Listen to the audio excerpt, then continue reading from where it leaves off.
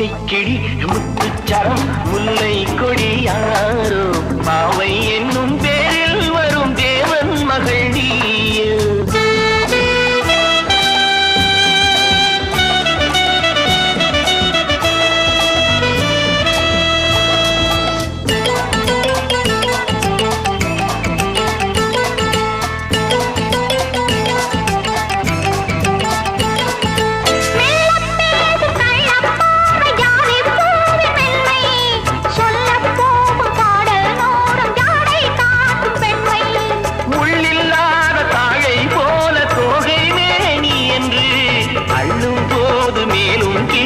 ஆடும் ஆசை உண்டு